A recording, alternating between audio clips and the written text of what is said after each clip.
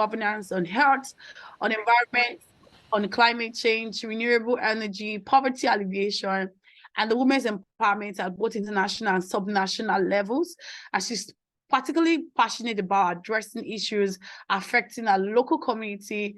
As a result of that, she has led and support various development, networking, coalition within and outside Nigeria. So with respect to Madam Titi is very proficient. I mean, she's proficient when it comes to climate change and health.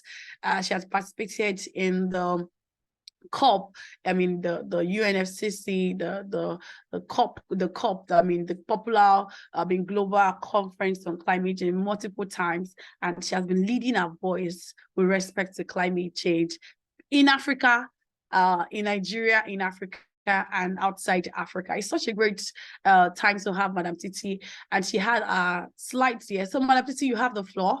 Once again, thank you for accepting to speak on the September edition. I mean, in this edition of Get Webinar series. Yeah, enjoy.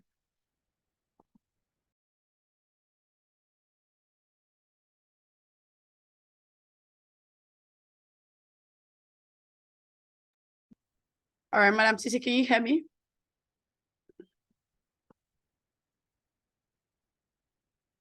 Okay, we can see your slide, but it seems you're still muted. So can you unmute yourself? Okay, so we can't hear anything from your side yet. So please unmute yourself so that we can hear you. Okay, can you hear me now? Yeah, perfectly well. And we can see your slide. Your slides are perfectly projected. Okay, thank you so much. Yeah. Good morning, good afternoon, and good evening, wherever you are in any part of the world. Thank you for having me here this afternoon.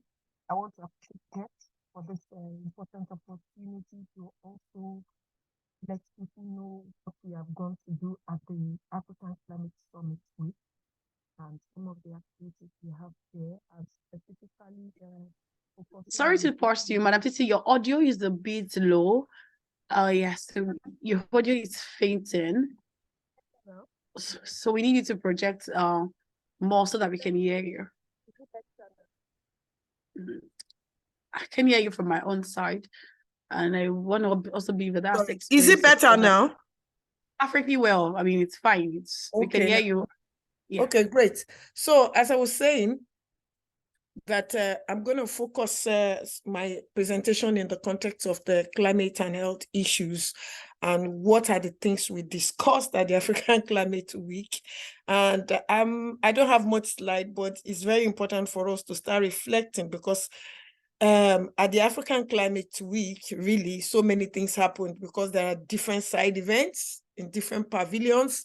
And of course, a lot of people had different side events there also speaking to the issues of health and climate change. So at the first slide is just telling us what, just introducing us to the African Climate Week. So what is it really all about? Of course, after some years of having COP, it was decided that there should be regional climate weeks. And I think there are 3 of them. And they started about 3-4 years ago, if I can remember very well. And this year, there's a new layer added to the African Climate Week. We are now calling it the African Climate Summit. So for all intents and purposes, it's convened as if it's another mini COP before we get to the major COP, which is happening in UAE later this year. So we have a lot of people from all over Africa and outside Africa gathered there. And the AU was actually championing it with a lot of institutions like AFDB from all over Africa. And we saw that Nairobi, Kenya, the government of Kenya hosted the first African Climate Summit.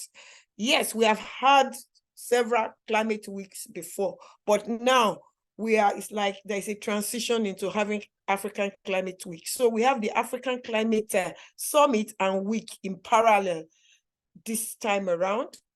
And then it has some important mandates. Yeah, the summit brought together global leaders from across the world United Nations agencies, private sector, civil society, farmer organization, children, youth, and academia to discuss Africa's climate change challenges and formulate sustainable solutions. Yeah, that's basically why it was held that way. They wanted to use it as a platform to provide a platform to address the intersection of climate change, Africa's development, and the need for increased global investment in climate action, particularly in Africa. So the issue of investment in climate action in Africa is very, very key here, because if you all remember when the declaration was being read, there was a lot of focus on finance for climate action across Africa. So maybe at this point, it's very important to address some issues from the declaration. Yeah. How do we address, sorry, let me go here first. What are the highlights of the declaration? At the end of the African Climate Week, we had a declaration, and you can get those declarations online. You can have a link to that declaration. You can read it. There is a part, the preamble, we have the commitment section, and we have the call to action. But basically, there are a few highlights that I want to showcase here. Excuse me, ma'am. Yeah? Yes, sorry, we just got some feedback. Sorry to interrupt you. Some of our participants were saying that the slide is not clear. Is it possible you click on your slideshow so that? Oh, really? Oh, sorry. Yeah. Okay, okay. I'm coming. So that we can see you. Yeah, thank you, ma'am. Now, can you see that? Not yet. Okay, yes, perfect. I mean, it looks good. I think it's bigger now. Yes, it's bigger. Great. So some of the highlights is that the declaration stressed the importance of decarbonizing the global economy for equality and shared prosperity. Some of us who are climate advocates, we are shocked that most of the important statement made is really about decarbonization, about carbon markets, how we reduce carbon emissions. And a lot of us were shocked because we felt that, yes, it is important that we achieve decarbonization so that we can reduce atmospheric emission to 1.5 degrees, the Paris Agreement temperature goal, to reach it, because of what IPCC said that we're on code red now. But then our challenges in terms of the impacts that is affecting us, we are seeing droughts, we are seeing hurricane, we are seeing terrible floods all over, ravaging the whole of Africa. And it was as if the whole of Africa was not too happy with that declaration. Immediately, a few days after, we saw what happened in Egypt. Floods that has never happened before.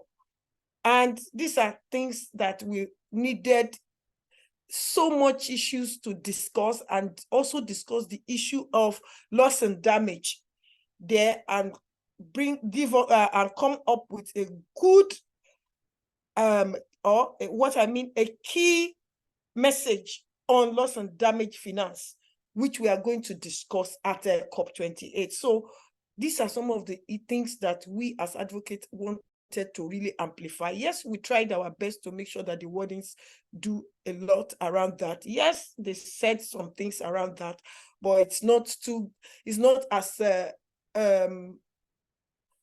as sharp as you will see the issue of decarbonization, carbon markets, and other aspects. Then the declaration called for investment to promote the sustainable use of Africa's natural assets for the continent's transition to low carbon development and contribution to global decarbonization. Did you see that also? And then it also talks about support carbon taxation. That one is really looking at financing. Financing is also equally very important for us. Carbon taxation regime, including a carbon tax on fossil fuel trade, maritime transport, and aviation, that may also be augmented by global financial transactions. They also made call to action on FTT to provide dedicated, affordable, and accessible finance for climate positive investment at scale. This is just a bit of the highlight of what is in that declaration. You can go back and check the declaration online and see the totality of what our leaders said. And most of our African leaders also attended this important African Climate Summit. Yeah. Now we need to ask ourselves, in the context of the theme of today's webinar, what are the climate and health issues that were raised in that declaration? To my mind, after searching through, there were no words referencing health and climate challenges, but referencing the devastating impact of climate change, which can lead to health issues. Yes, there were some issues around loss and damage that were referenced. There were issues around uptake of renewable energy, which we know, if properly harnessed, of course, will lead to health co-benefits. But these were not expressed in terms of health impacts of climate change and what needed to be done to address that. But it was addressed in terms of energy, decarbonization, and climate finance issues. But we were not, and then the issue of clean cooking solution to reduce carbon emissions. Of course, we know that if we have reduction from the cooking sector, of course, it will help to reduce some respiratory diseases that we find that the use of unclean cooking solutions can cause. So that is one aspect. So we have to look at the context of what was said to be able to really draw out some climate issues from them. Then, however, there's need to be intentionally referencing the health impacts of climate change. This is very important because right now we have seen a lot of devastation. We are seeing a massive impacts of climate change across the continent, and most of them have a climate change, a health component. And I'm still going to go to that in the next slide. Within the need for decarbonization to properly conceptualize African climate mitigation priorities, we want to, as much as climate change, we want to prioritize our mitigation issues. We want to bring it to the fore. We want to make sure that it's well focused. We need to reconceptualize it in such a way to link it to health and to also to link it to adaptation benefits, the kind of co-benefits that the health sector can get from it, whether we like it or not. All the indices around climate change are the things that also affect health. Are we talking about water and sanitation? Are we talking about food and nutrition or food security? Yeah, are we talking about energy? All these things, in one way or the other, affect health. And there are several side events, of course, that I've said that came up on climate and health. There was some ministerial session on climate and health issues that were, I think it was a high-level session too there. But before that, there was African ministerial meeting that held in Malawi, and there was a lot of discussion around climate and health, and a declaration also came out from that meeting, from civil society on what needed to be done and where we need to focus. But yet, what are the key climate issues we really need to focus on? So, because people have been asking, yes, climate change is impacting on health. What actually are the issues? What are the things we need to focus? So I've just itemized them. We need to look at disease surveillance. Whether we like it or not, disease surveillance is very, very important because in the midst of climate impacts, different flooding, a lot of things happen, and it could hit the spread of diseases. And what is this disease surveillance systems saying in our different countries where they have the impacts of climate change? It's very important that we gather those important information to inform intervention on health and climate change. Then what about community health issues? In most of our country, we have community health promoters, those who also work hand in hand with health facilities and work with disease surveillance officers also to help us gather information, gather important issues that are happening in our communities around health issues. Then health system strengthening. How are we strengthening our system to be able to respond to the impacts of climate change on our health issues? So health system strengthening is very, very important. What are the most important infrastructure that we need to put in place? What are the important human resource for health that need to be present there? And then how do we ensure that we climate-proof our health infrastructure in such a way to minimize the impacts of climate change, and also to be able to address loss and damage, because there are other impacts of loss and damage which are loss and damage that you cannot actually assess as in the area of finance, in terms of money, non-monetary aspect of loss and damage. For instance, the kind of mental health issues that can come as a result of the impacts of climate change. These are areas we're talking about. Then what is the role of traditional, complementary, and alternative medicine here? Alternative medicine is something that we all have all around Africa. And you will agree with me that a lot of people will visit traditional medicine before they go to our conventional hospitals. Most of our people do that. And within the traditional medicine space, they are so used to using nature-based solutions to heal people. So how does climate change impact those kinds of herbs and different kinds of nature products that they use to heal people? This is very, very important. Some of these herbs and some of these important nature-based solutions are going into extinction when we look at the way climate change is impacting even on our conservation and biodiversity. You will understand that the traditional medicine space is also feeling the heat of climate impact. Then we look at climate proofing and health infrastructure, also very, very important. How do we improve the thermal comfort in our primary healthcare centers or general hospitals or all our healthcare facilities? Very, very important. How do we ensure that we use renewable energy to power our healthcare facilities? What about our vaccine chain? What about our cold chain in our health facilities? These are very, very important. And then the issue of biosecurity and One Health. If you understand the way the concept around biosecurity, you will know that it actually looks at the 3 dimensions that even One Health is talking about. We are looking at human health, we are looking at the health of the environment, and we are looking at the health of our food that we eat. So these are 3 things that are put together in biosecurity and One Health.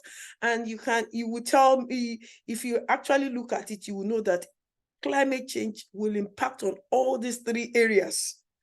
And how is it related? How are we responding to it? How are we ensuring that we take on board all the most important indices of health within the sector? Very, very important. How is climate change affecting them? And how is health itself also being handled within the confines of biosecurity and climate change issues? These are very, very important areas that we really need to concentrate on and focus on. And then water and sanitation issues, which I've said before. Water bodies are drying up. Do we have enough water to continue to maintain sanitation within our homes, in our communities, and wherever we find ourselves? Food and nutrition, food security, very, very important. How? We know that climate change, irregular rainfall pattern is affecting the way we farm these days. and things are not as smooth as they used to be. So how do we want to continue to ensure that we provide nutritious food in the face of a changing climate? Then human resource for health, which I've said, how are our doctors also updating themselves in terms of new prescriptions and addressing climate change in the health of human beings? Some time ago, I read that we are having now climate doctors. There are some fellows now that are bringing in doctors who already have been trained, and they are now training them to be climate doctors. How do we want to see that happen and that rolled out even in the African continent? And then how do we mainstream health into climate negotiations? We know for some time, yes, in the preamble to the Paris Agreement mentioned rights to health, and that health issues also should be part of the issues we should be looking at. Over the years, the agenda within the COP have not really situated health into the negotiations. So it's very important that we start picking it up. And that is one of those things that it was agreed on in the meeting in Malawi that happened recently. And a lot of advocates are going to COP28 to advocate more that we should have health and climate change mainstreamed into the climate change negotiations. And that will help us to roll out a lot of things that will help us also to talk around financing this aspect of climate change. Of course, and the 11th thing I'm putting here, it's about health and climate financing. It's very, very important. With everything that we have mentioned here, without finance, there's nothing we can do. But right now, health is being handled as a part of adaptation issues. And we note, as on the road to COP28, we are discussing the global goal on adaptation, and we're also discussing the global goal on climate finance. So these are important issues that we are going to be resolving in COP28, including loss and damage finance. So all these things have health issues implicated in them. So road to COP28 on health and climate change, what should we be doing? We should link up with like-minded organizations working on health and climate change. And then 2, we should identify initiatives around climate change in Africa to understand what has worked and what has not worked. And then see how we scale up on what has already been done. Then we need to organize side events to showcase climate change and health initiatives. I know that World Health Organization Pavilion is already calling for side events, and I'm sure that there are other pavilions where we can learn from what others have done and see what we can take back to our countries, and see how we all can also work together to really mobilize financing to address the impacts of climate change on health in our continent. And the 5th thing, I think 4th, we need to advocate for inclusion of climate change and health in negotiations, yes. And 5th, at national levels, we need to prioritize, have organized, I think there's an error here, organize workshops to identify and map health impacts of climate change to shape global climate and health agenda. This is very, very important. We, even in Nigeria that we are in, or wherever, whichever country where you find yourself, you might need to organize a kind of workshop before we get to COP28. You need to know what is happening around climate and health in your country, document them, so that when we get to COP, these are areas in which we can showcase what is happening, what are the on-ground realities, and some of this reality will help to shape decision at the COP. So these are some of my reflections on the African Climate Week. Of course, I've situated them within issues of preparing for climate and health issues. Thank you very much. And if you have questions, I'll be available to respond to them. Right. Thank you. Thank you so much, Madam Titi, for that thought-provoking presentation. Indeed, you have carried us, taking us through the ride of the just concluded African Climate Change Summit. And just like you also mentioned, there'll be question and answer definitely after the third speaker. There'll be question and answer, and we have a lot of people also throwing, ask their questions, ask questions on your experience at the ACCS 2023, just in case, because while you were talking, we had quite a lot of people join us. And for anybody meeting in the middle of the conversation, a lot of them might be wondering, what are we discussing about? I will just quickly take us through like an overview of what has happened in the past of about over 50 minutes now. So what we're discussing today is we're discussing about the climate change preparedness, emergency preparedness in Africa. And we're taking our thoughts, our reflections from the just concluded, from the outcomes from the just concluded African Climate Change Summit. It has been reported that approximately over 30,000 delegates participated at the African the Climate Change Summit, which the participants or the delegates include about 18 head of African states, the Secretary General of the United Nations, the president of the European Union, and other delegates. And the summit held between the 4th to the 6th September 2023, and then it was being hosted by the African Union and the government of Kenya. The theme of the just concluded African Climate Change Climate Summit was driving green growth and climate finance solution for Africa and the world. And the summit was culminated in the Nairobi Declaration on the 11-point call to action proclaiming African states' unified stance on climate change action ahead of the 28th United Nations Climate Change Conference, COP28. I'm sure we've had two speakers earlier. We've had Mr. Olumide, who is the co-founder of the ICCDI, and then also we have Madam Titi Akosa, who happens to be the executive director for the Center for 21st Century Issues. Both of them have shared their stance. I mean, they were both at the African Climate Summit, and they have shared their experience. Mr. Lumide has shared his experience with respect to youth participation and advocacy towards climate change and also sustainable development goals. And also, Madam Titi has taken us through the declaration, the Nairobi Declaration. She has taken us, also shared her experience at the summit, and then she has also give us a reflection of about key thoughts with respect to climate and health. And she did mention several points that we should note, which are very, very important. And also, she also said that I mean, all this, the conversation still continues at the COP28. If you're going to be there, I would definitely sure that you're going to connect with several people. All right, so we need to move on. Yes, please do make use of our chat box to drop your comments, to also drop your comments, you can even introduce yourself, basically tell us where you are joining this webinar from, and most importantly, the question and the Q&A, you will definitely see at the bottom of your screen. The Q&A box is there for you to drop your questions for any of our speakers. This conversation is very rich, and we shouldn't just hear it. We should also exchange minds. We should contribute.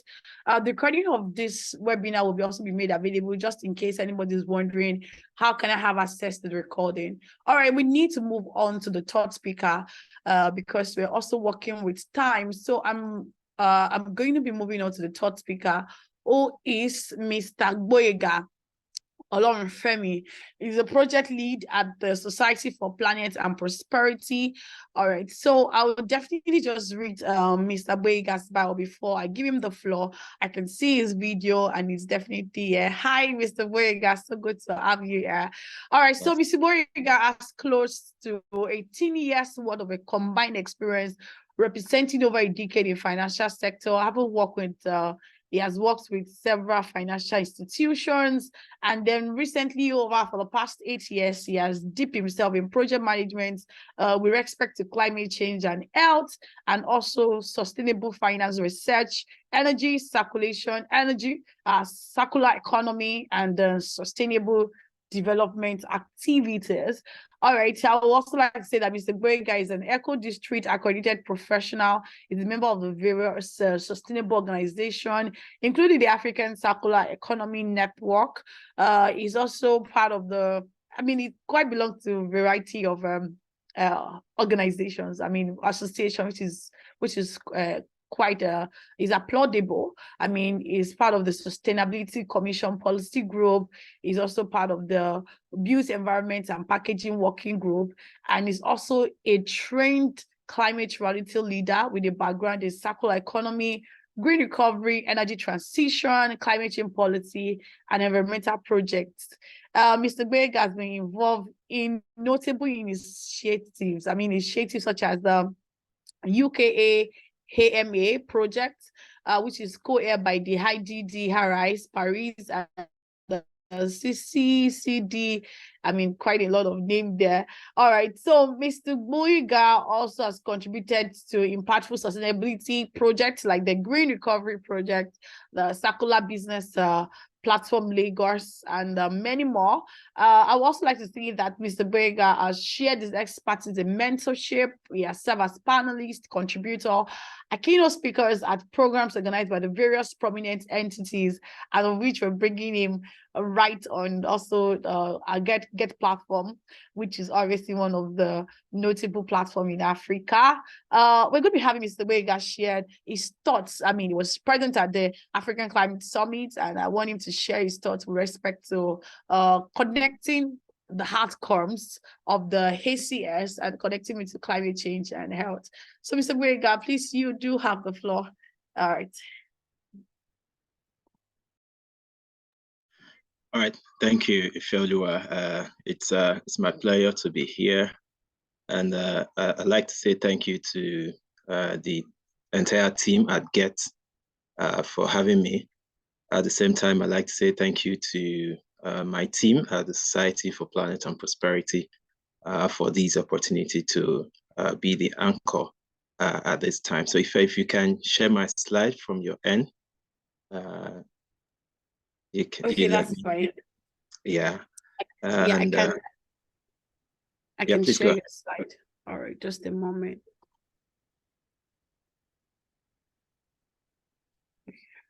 So while Ife is trying to do that, just like to quickly, okay.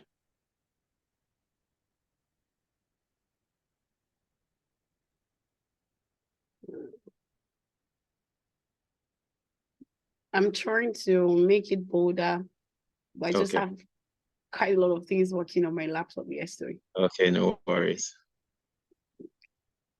Okay.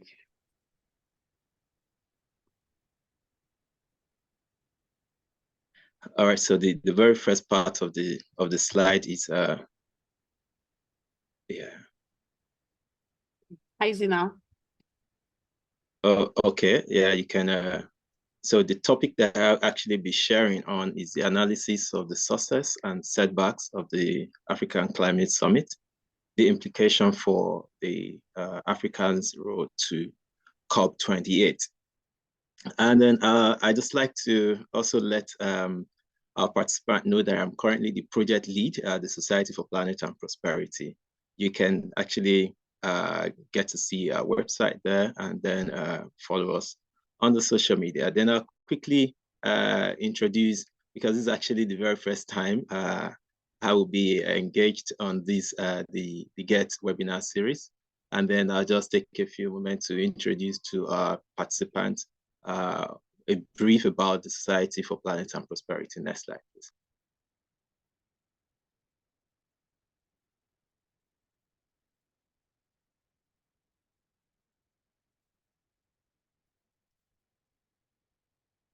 If you're able to move the slide.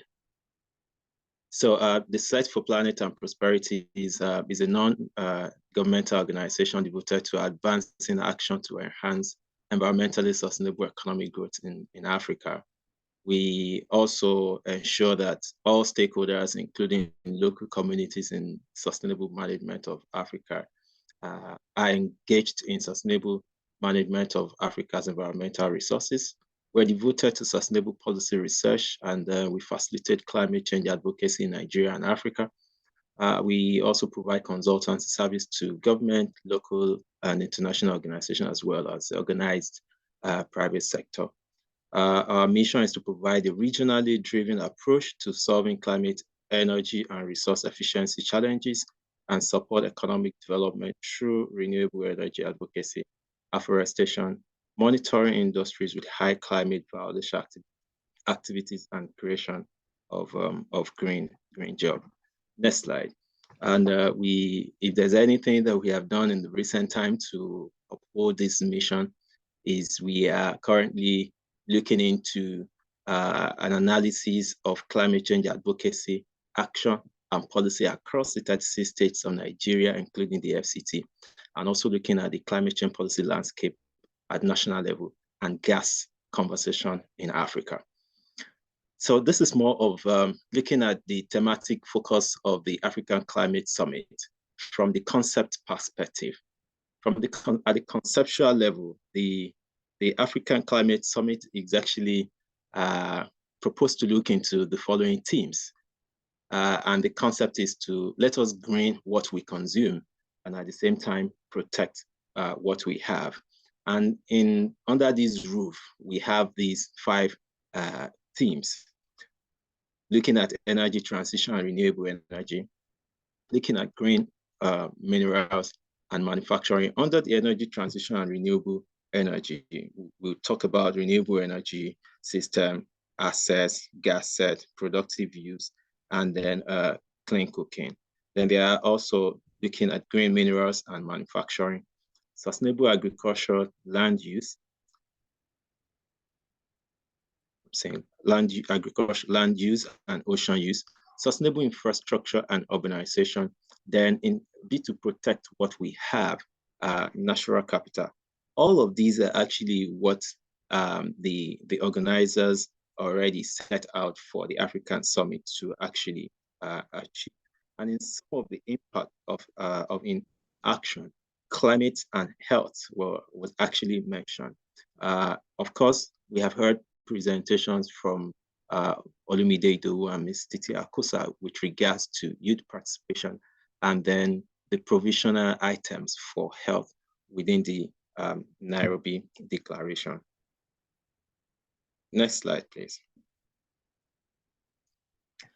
I'm just going to take a quick dive into reflecting on the theme that GET has provided for this edition, and that is to take a deep dive into climate change and health implications, such that we are seeing that climate change is not a subject to actually be isolated.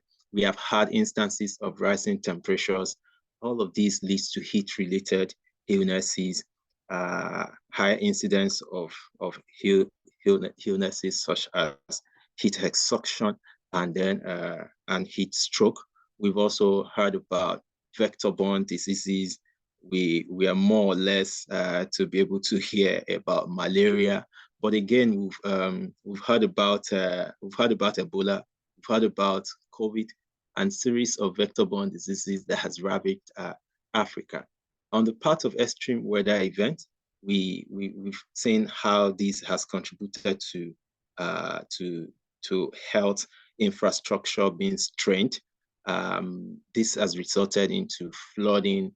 I'm sure hospitals and healthcare facilities are not left out when they are flooding. That means health facilities are in the cause of this damage. The trauma from experiencing these events leads to mental health, and then this event leads to long-term mental health challenges for people who live in this area. Air quality degradation, this leads to respiratory issues and has some cardiovascular effect on people living within the vulnerable place. Food and water security as a result of climate change, this leads to malnutrition. And I'm very sure we are all aware of how high the number of malnutrited children are in Africa. And then more prominent are also waterborne diseases like cholera, which has continued to ravage Africa. And many vulnerable communities around us are a proof to some of these reactions. Displacement and migration. You would also agree with me that for those who have been displaced, there are also mental and physical health challenges associated with this. some of them sustain injuries as a result of these. They are also they're also vulnerable to living in overcrowded places, with creating a deplorable living condition. So for us to also have an understanding that climate change is not just an environmental issue, it's a deep health challenges.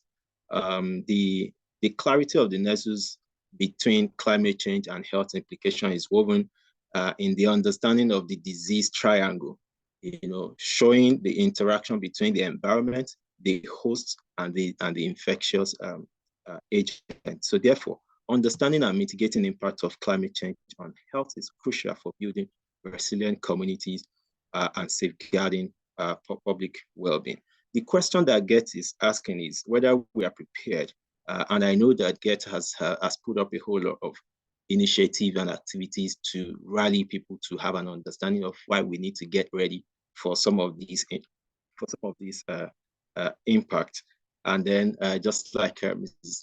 Titi Akosa already said, the Nairobi Declaration, despite the fact that at the concept level, considered climate and health, but again, at the declaration level, it didn't really create or beam attention onto what climate change and health should translate to. Moving on from there. Next slide, please.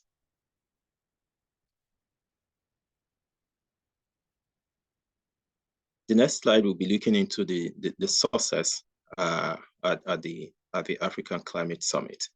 A successful week, yes. For me, right there at Nairobi, despite my challenges that are not also meant for consumption at this webinar, it's actually the very first climate summit on Africa's soil. Again, there are ambitious renewable energy targets. At 2022, Africa is talking about 56 gigawatts. But now we are saying at least 300 gigawatts by 2030. This will not go without requiring enough financing, financial support to achieve this.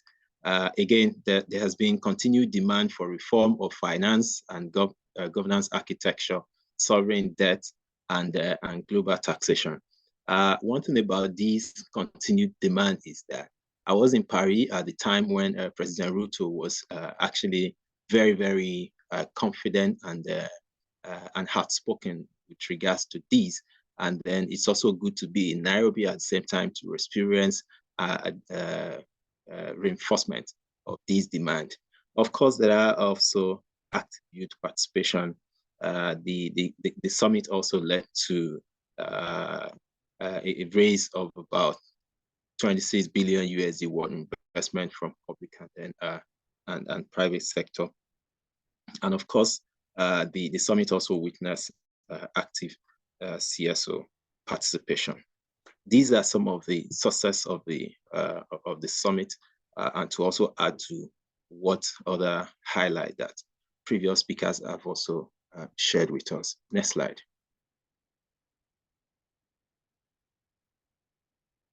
Of course, so there are a few setbacks if we must be very truthful to ourselves, and then taking a critical review of the activities that led to the hosting of the summit, and then to what actually happened in Nairobi. The number one, these are not without some setback, right? The inadequate reference to the African Youth Climate Assembly Nairobi Declaration in the Nairobi Declaration. The African Youth Climate Assembly Nairobi Declaration that included an ambitious call for Africa and international decision makers to commit to the meaningful decision makers to an inclusive and systemic embedding of youth engagement in Africa climate change framework was really not adequately captured in the final Nairobi Declaration, despite the fact that the youth were actually in Nairobi ahead of the summit. Again, the declaration for the carbon market without concrete framework for engagement. There has been concern if this will not lead to another carbon colonization without a Pan-African framework. the entire value chain calls for due diligence with regards to global trade. Again, another setback is the inadequate consideration for adaptation, loss and damage, finance, food, and agriculture. Again, the UNFCCC global stocktake.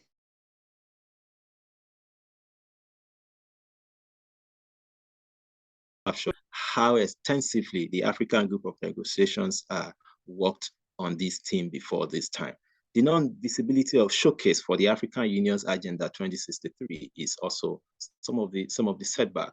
I really was looking forward to seeing on the walkway where we would have a display of what the Agenda 2063 really means. I would encourage everyone listening to me to please take a time and then and look at these products to see where exactly is Africa looking at beyond 2030, which is the Agenda 2030 of the United Nations.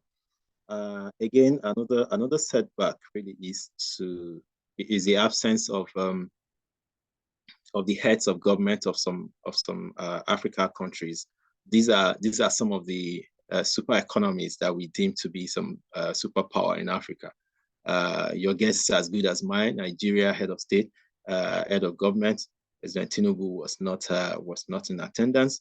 South Africa, Morocco, Angola, Egypt, and a few other who were like more of the major bloc for African super economies were not there. And if you look at that, about 17 or thereabout African countries, majority of them that are from the eastern part of Africa, are actually more like showing solidarity maybe for their brother who is hosting the event, also speaks for them. And if you look at that, and you take away some of the part of Africa countries that are engaged in coup d'etat at the moment, there's about less than 50% of Africa heads of government at an event that is meant to speak for Africa. Another setback is the fact that the CSOs actually protested against the influence of the global north on the summit. The CSOs, about 500 of them actually signed a petition and then hosted a counter summit to say that they are believing that the summit has been hijacked by the Western government and some consultancy companies and philanthropic organizations that are hell bent on pursuing a pro-West agenda and interest at the expense of Africa. These are some of the setbacks, and then these are some of the things that we really looking forward to see that didn't happen at the summit. Next slide, please.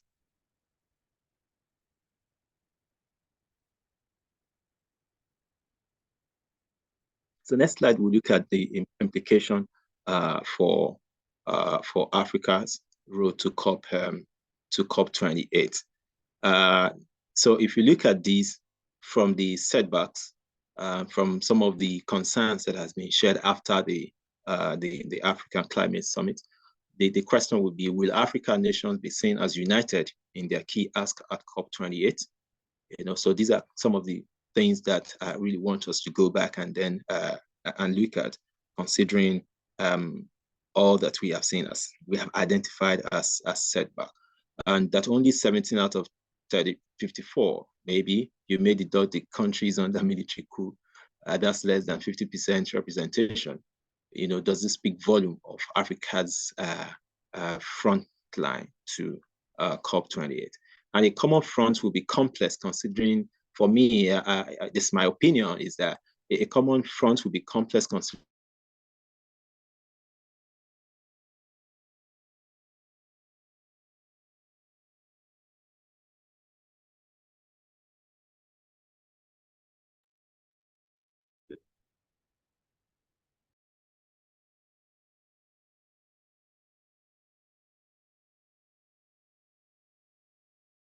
It's like we lost Mr. Boyega there. Must have been his network, a bit of network instability.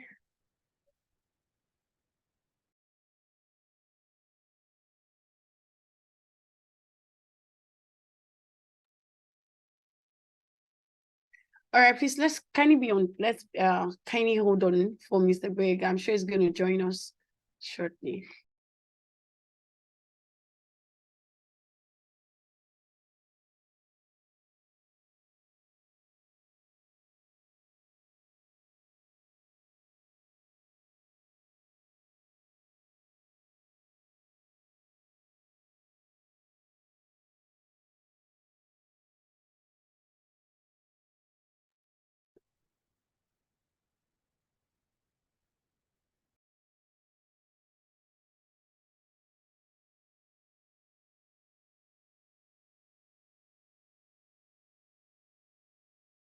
All right, I'm still hoping to have Mr. Bega return back to the call.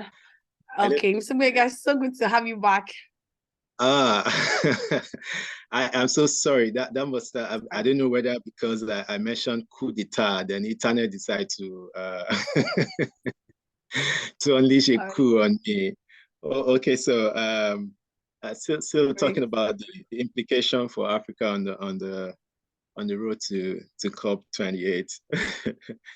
If you can as well bring that up. So hard not to mention something. So now I sincerely apologize about that. Thank God for a backup. So many African countries are still pro fossil fuel and gas, but again, we are not seeing some of them really talk about these things, except for silence reaction. And there's an increase in the call for the exploration of hydrogen. This also calls for food analysis based on the socioeconomic implication of hydrogen. Above all, Africa needs to be decisive in its preparedness to combat climate change and tackle any impending health challenges. We kind of look forward to what happens at the International Monetary Fund and World Bank annual meeting that is going to happen in October. We've seen what happened at the United Nations General Assembly that has just ended. We are also looking forward to the Italy Africa Summit in November. I've just only mentioned some of these blocks before now. Then before we then move to the COP28. Next slide, please. Having said all of this, I think there's need to really to bring it back home, and I'll conclude from there. For me, I say that it's time for Nigeria to get into work. I think our participation at the Africa Climate Summit appears to be non-coordinated and then not properly, maybe not properly mainstreamed to enable us see that we're actually in action. We've signed the Climate Change Act since 2021. We've also set up the National Council on Climate Change. Much is now being expected from the newly constituted cabinet to integrate climate change conversation into the country's economic conversation. Climate change is not a subject to be isolated from all the economic handshakes that Nigeria is currently receiving. Back to Africa, I would think that having most African countries on the edge of about 60 years of independence at this time, and with population of more than 1.3 billion people, it is time for Africa to also have maybe have its own group, and then for the developing countries to want to also be part of, rather than at every point in time, Africa keeps advocating to be on the table of World Bank, be on the table of IMF, be on the table of UN.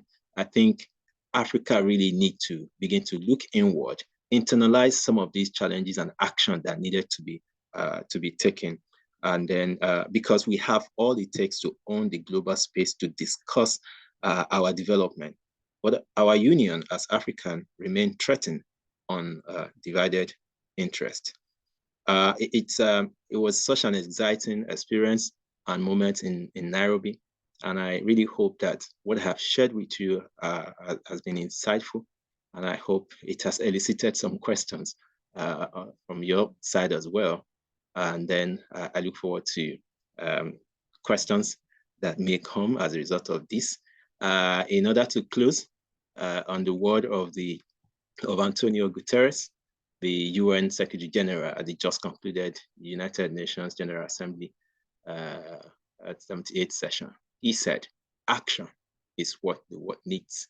I hope we all go back from here and begin to take action. Asante sana. Thank you.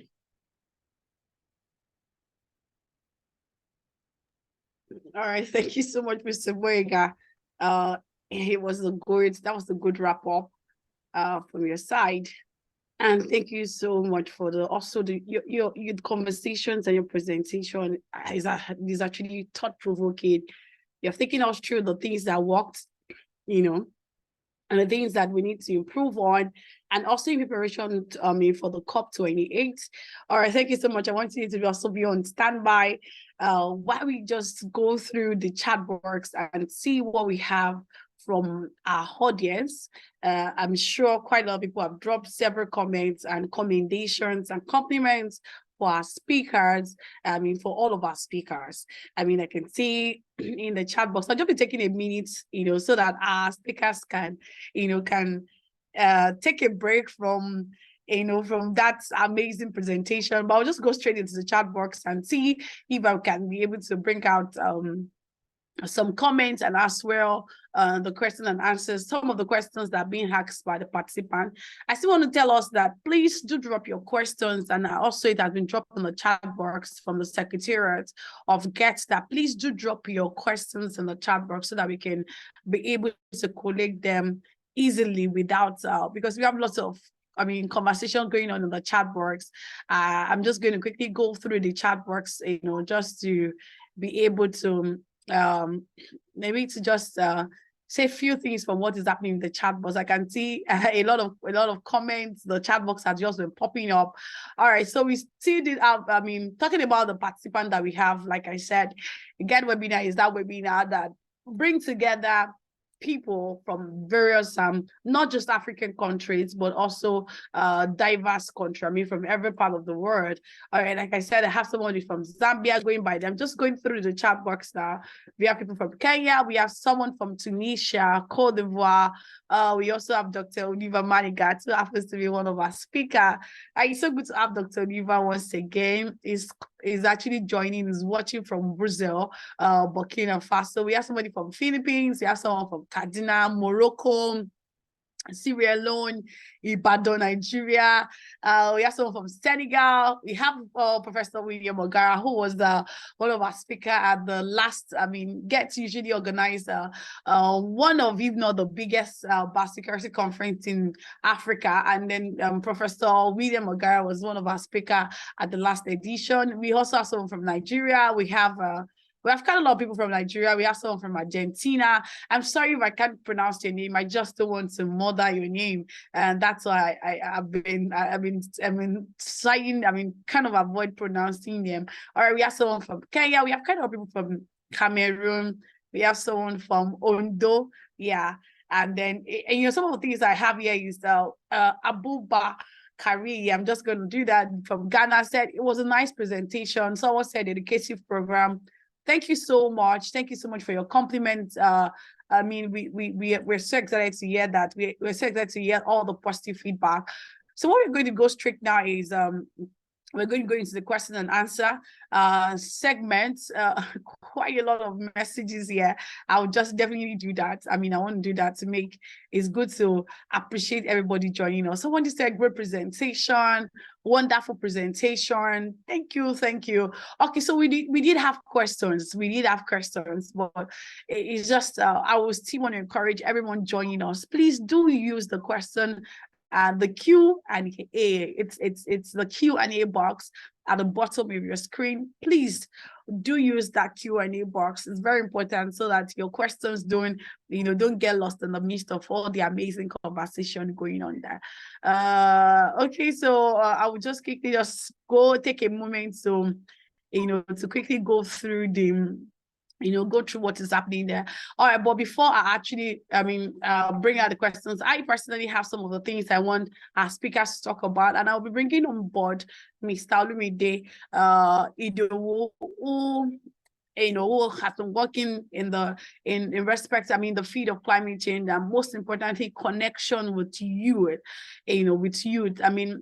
We have quite a lot of youth joining us on the call, and even myself, I'm a youth, so Ms. Olumide, please, if you're there, can you unmute? So I would like you to discuss, can you give us instances, or can you give us examples of issues, climate change issues that are affecting health, and also as a result of your engagement at the just concluded HCS, can you tell us some of the solutions that have come out or that have emerged, from the summit? So, Mr. Olumide, are you there?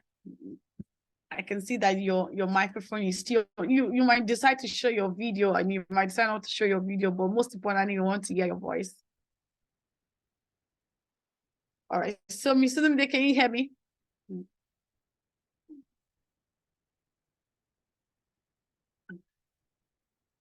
Okay, so I'm hoping that Mr. Olumide is going to join us.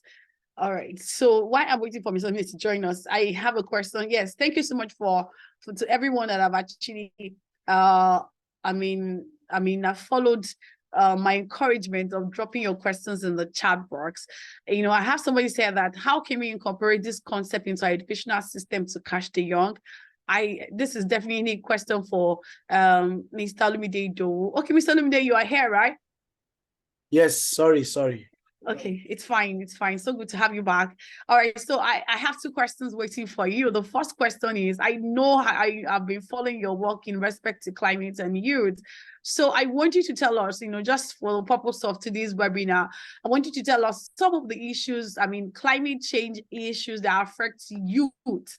And as a result of the just concluded African Climate Summit, what are the solutions, or what are the solutions that emerge from the summit? So can we hear that from you? Yeah, thank you very much. I think let me first of all say that I love the presentation of the other two, my senior colleague. That was very, very great, and it was also good for me to meet them at the last African Climate Summit. One of the issues that challenges that we talk about is a climate change issue affecting health, that some of them were actually, discussing some sort of side event, is the issue of these waterborne diseases that is happening in some part of the Central Africa, that there was a conversation around it.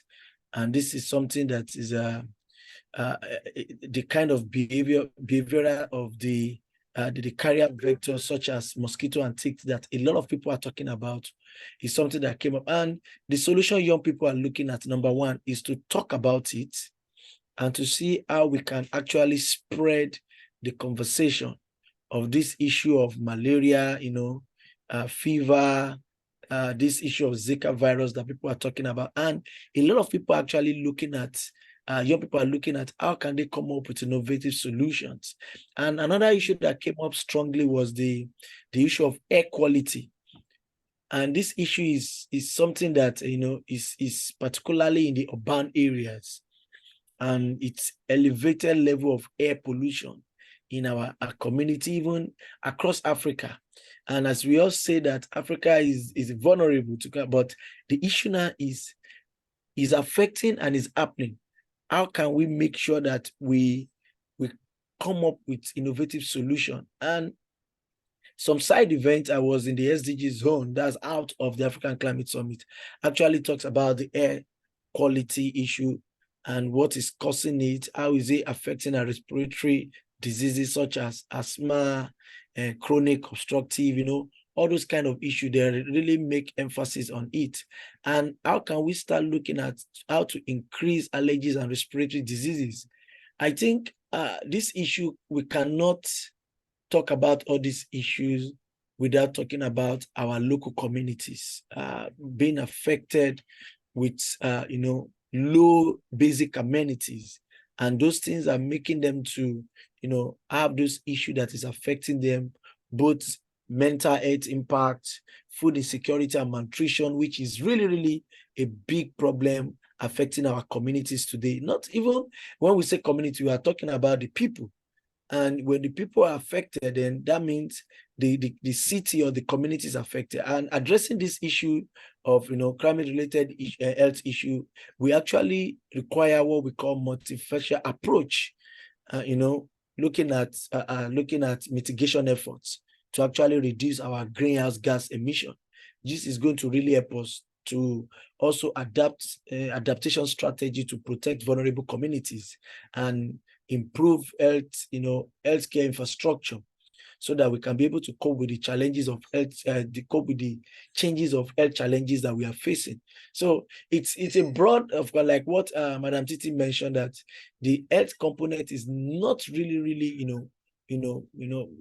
being captured in the declaration, and this has given us a call to action that we need to speak more on this issue and to see how we can look at the key challenges, issues affecting health across the continent, which is Africa. Thank you very much. All right, thank you so much, Mr. Lumide. Yes, so we also have another question for you. Someone asked, how can we incorporate this concept? I won't believe that that's the concept of climate change. I mean, another concept that revolves around it into our educational system to catch them young. We just has to do with the youth aspect of awareness. I mean, climate change awareness. So how do you think we can start positioning the younger generation in the light of climate change issues and solutions?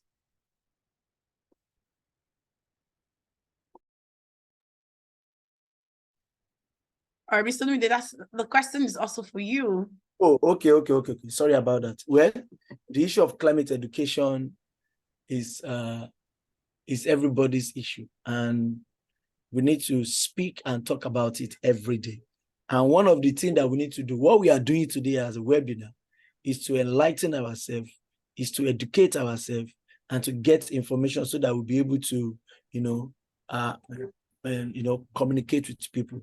Number one, how do we start looking at ways where we ban, our curriculum integration? How do we integrate our curriculum to impact or to have the climate education narrative is very, very key. And, if you can start using the experiential learning system that everybody in the, climate change space is looking at to explore, because we don't really encourage hands-on experience. So we need to do that so that a lot of people will be able to understand the issue of climate education. How do we bring innovation to our teaching? We need to bring innovation to the kind of teaching we are doing when it comes to climate education, because climate education is not only being a climate activist or a climate advocate, but it's about being, talk about issues that we are all passionate about. And it's something that's very, very important. And another thing, again, we need to start looking at that. How can we engage with local communities to drive local actions, local conversations, or using different models of training, like focus group discussion, engaging community leaders, the CDAs? We can actually help them to build their understanding and their education. Then in schools, that is where we catch them young. Sustainability practices, we need to inculcate that in schools as well, so that each younger generation will be able to understand the concept of climate change, and they will be able to inculcate it in school, at home, with their friends, and their conversation keeps spreading. So if we can look at all these areas, promoting education-led initiatives around climate change, is going to really help us a lot. And I know Madam Titi and a couple of my friends actually doing the climate change clubs and initiative in schools. A lot of schools in Nigeria can establish, clubs or initiatives that focus on addressing climate change, or you can work with existing clubs or education in the school, so that and they can be able to organize awareness campaign, like training them, conduct research in a lower way.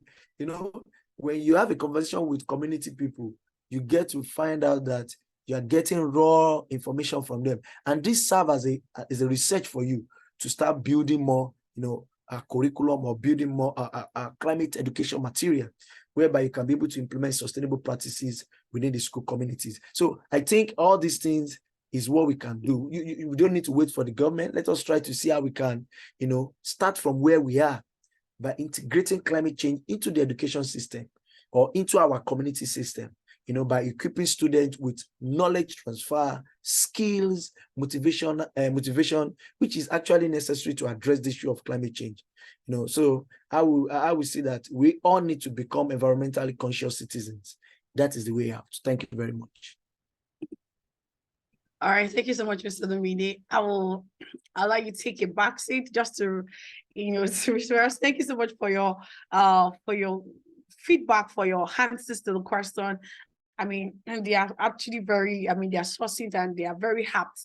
And then just right on your last point, the fact that you said that climate change awareness is everybody's business, and it's actually true. That's a very valid statement. And it's very important. You also mentioned that it's very important that we begin to create clubs. And so that in that regard, I would like to also let you know that GET is doing something in that area. GET currently runs a project which is called the GET One Health School Project, and it's called GHSP. And the purpose, or let me say the aim of the project, is to introduce the concept of One Health and biosecurity, of which also comprises other topics like climate change, antimicrobial resistance, topics on biosecurity, topics around environmental health, animal care. We have the project that is currently running in several schools in Nigeria, across different states, because the purpose of the project is to introduce the concept of biosecurity, One Health, and other related topics to students of various secondary schools across Nigeria, not just Nigeria. Our goal is also to spread the message of biosecurity and One Health to other African countries. And one of the ways that we do that is that in order to make the knowledge stay with the students, younger children, a lot of them they have a lot of things going on in their mind in terms of their retention capacity. We have a book. Before the end of this webinar, I'm going to get the book and show us right on live on this webinar. We have a book, GET produced a handbook, a textbook that addresses each of these topics. And we go from school to school to actually teach them on the subject matter, of which climate change is one of them, climate change and health. And the beautiful thing about this project is that the way this project runs is, through this project, we've been able to raise One Health school ambassadors, which are selected students from each of the school who happens to be leaders, representing all the topics, all the knowledge that we have passed. And at the same time, we also have mentors. So it's beautiful to want to share this. If you want to know so much about what is going on this project, you can definitely visit the Facebook page, GET One Health School Project. I also one of our teams will definitely post the Facebook link so that you can see all the activities that we are doing with respect to GHSP. And if you want to actually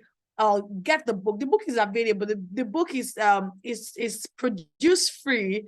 We're not charging any students or teachers or any school, on the book. But what we do is that we partner with organizations who actually support us in publishing or in printing copies of the books, and we hand it over to as many students as possible. And what we do also is that if your organization is interested in partnering with us concerning spreading this project in your community, that you definitely have your logo. We do customized production. That is, for example, if your organization is interested in sponsoring, we definitely have your logo. Your logo will be, will be printed on the copy of the book that you have indicated to, to produce or to support. All right, so thank you so much once again, Mr. Alumide. I would like us to move straight to, because we have lots of questions, and I think at this point, at times, we don't normally answer all of the questions, because if we say that we should start talking about the question, the thing is that answer is going to beget more questions will come from answers, and before you know it, we're spending 3 hours, 4 hours talking and exchanging minds together. Don't worry, what we do is that we compile all the questions, and then we also want to encourage our speakers, please do check the question on the chat box. If you can answer any of the questions live, please help us to answer the questions live on the chat, so that we would not spend too much time holding us all back here. All right. So I will just quickly go through the questions and see the one I can allocate to Madam Titi Akosa. I think I did say some questions on the declaration. Okay, yes. I saw somebody said, what next with Africa common position, aka Nairobi Declaration, noting that health did not feature in the declaration as expected. I am also glad to let us know that I have a CEO, Get CEO, Dr. Ayodosi Bobadoye, who is also, he happens to be a vast expert in the area of climate change and health. And I can decide to even throw one of the questions to my boss. All right, so I would like to have Madam Titi say something, and then it would be also good to have Dr. Dotu is very passionate about African matters to say something on this. So, Madam Titi, what do you think? Somebody is asking that what is next with this African common position, the Nairobi Declaration, noting that health did not feature in the declaration as expected. So what do we do next? What do you have to say about that, ma'am? Thank you very much. I've said it in my presentation and it's very clear. The fact that it was not there does not mean we cannot still raise it on the road to COP28. And I've also said that there's an African common position on climate and health, which was done about a week before we came for African Climate Week. That was done in Malawi. So we can use that as a table. We can use that as a document by which we can engage negotiators, we can engage our policy makers and leaders on the road to COP28, so that we use that also to advocate more for inclusion of climate and health agenda in the main climate negotiations in COP28. But apart from that, the fact that it does not show up in the African Climate Declaration does not mean that at our own level, at the national and local level, we can take action on behalf of climate change and health in different areas. So we already know that our ministries of health are there. They can do one thing or the other. And that was why I said that whatever people are doing, they can document them and show them up at COP28. And when you show what you have been doing, what the realities are on the ground at COP28, there is opportunity to use those examples and of what I've worked to shape climate negotiation and shape the decisions that will ultimately come out of COP28. Thank you.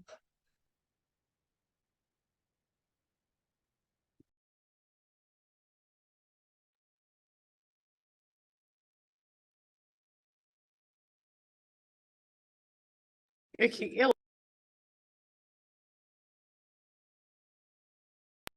All right, thank you so much, Madam Titi, for that answer. That's so accurate. Indeed, we can start showcasing how activities, what we've been doing at the grassroots level, at the regional level, and national level. And I also want to ask my boss to also make a comment on that question.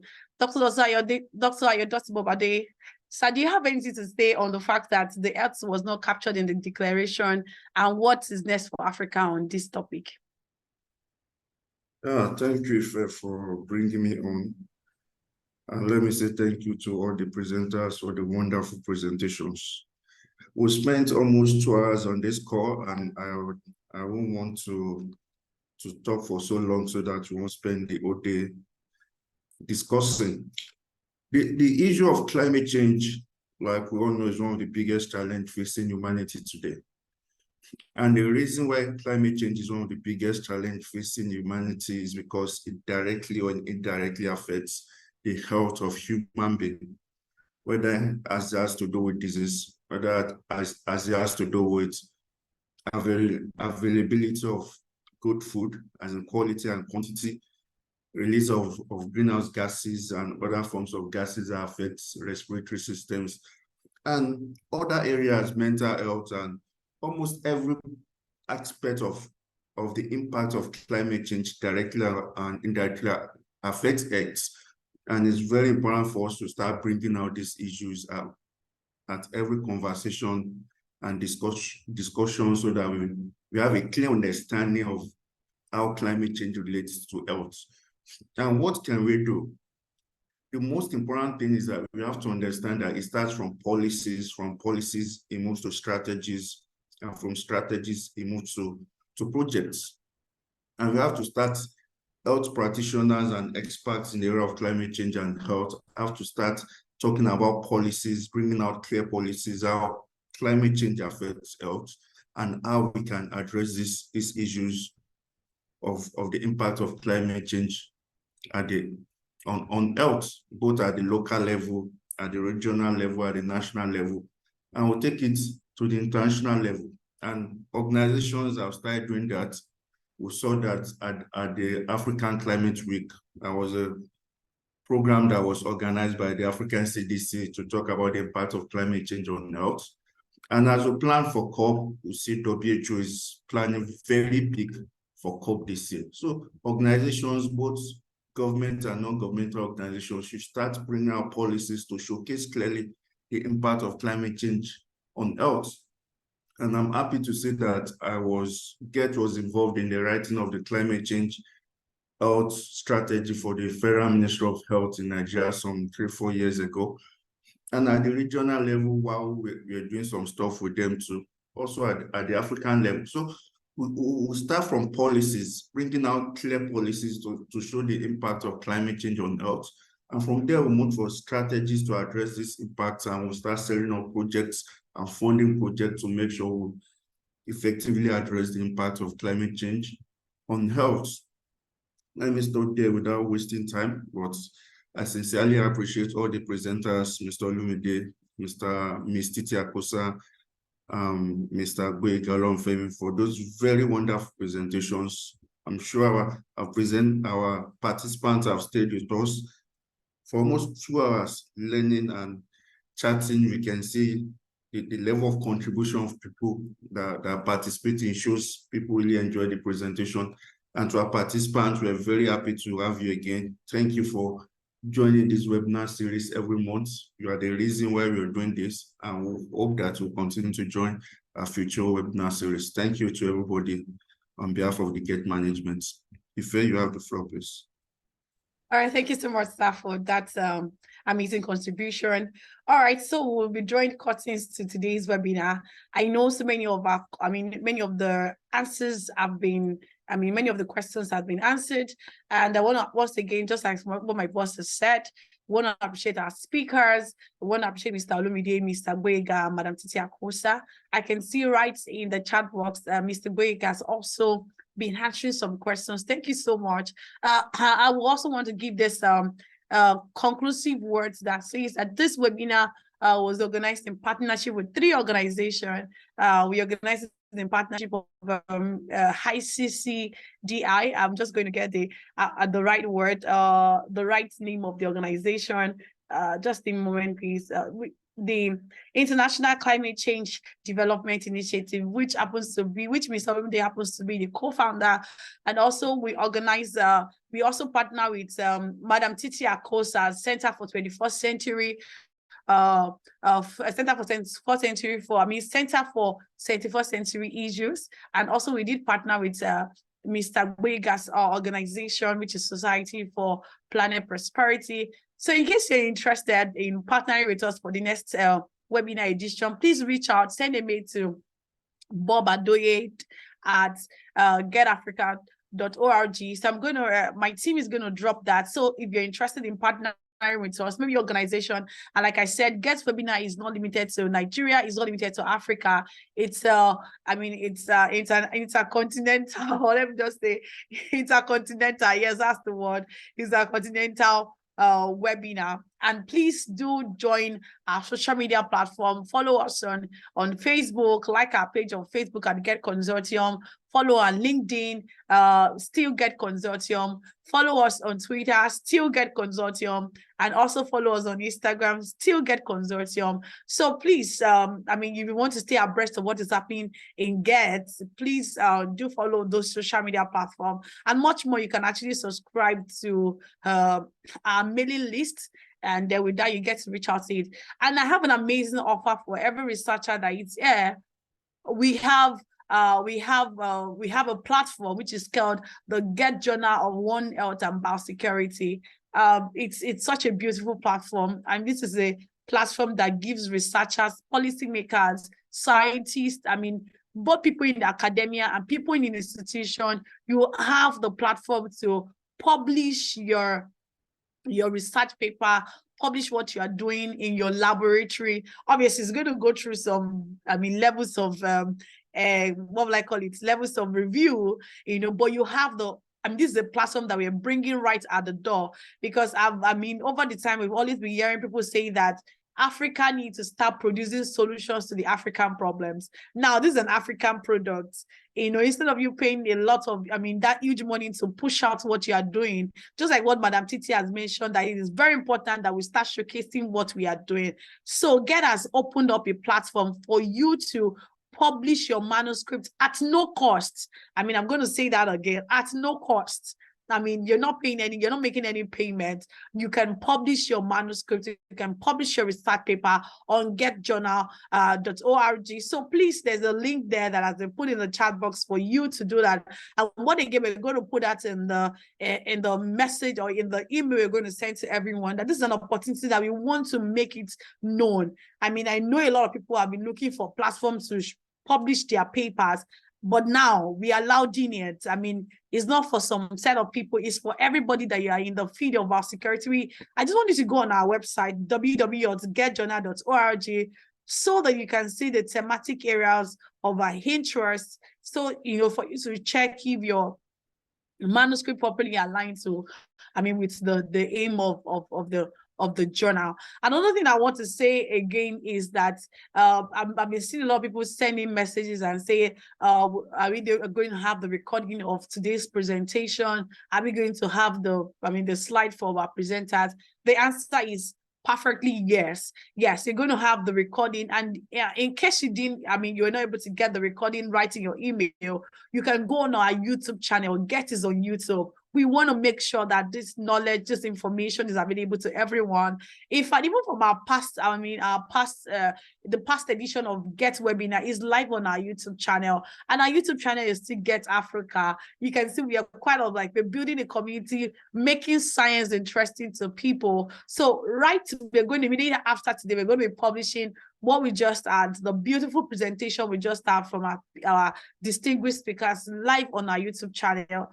And also we're going to send you the link right into you, to the email. That's why we encourage everybody to register for the webinar. This is like an auto-generated registration, and it doesn't take a lot of time. If you find out that you're logging on this platform today, and instead of your name showing, it was showing webinar participant, that means you did not register, and we just have to find a way of bringing everybody in. But please do register for next edition. I want you to watch out for the October edition of Get Webinar Series, which we're going to be announcing the topic, and also we're going to be announcing our speaker right very soon on our social media platform. So thank you so much for being with us. Thank you for staying with us. And then please, I want to apologize to anyone if your comment is not read or your question is not read. Please just to bear with us. We spent quite a lot of time right on the call. It's about 2 hours already. I will want to let everybody have a wonderful afternoon. Yeah, so at this point, thank you once again for joining. Bye, everyone. Please, you can also drop your bye in the chat box. Please, I want everybody to just drop their bye in the chat box, and let us all say au revoir. Have a wonderful afternoon. If it's in the morning, have a wonderful morning. If it's in the evening, enjoy the rest of your evening. Thank you so much to our speakers. Mr. Olumide will thank you. Mr. Boyega, thank you. Madam Titi Akosa, thank you.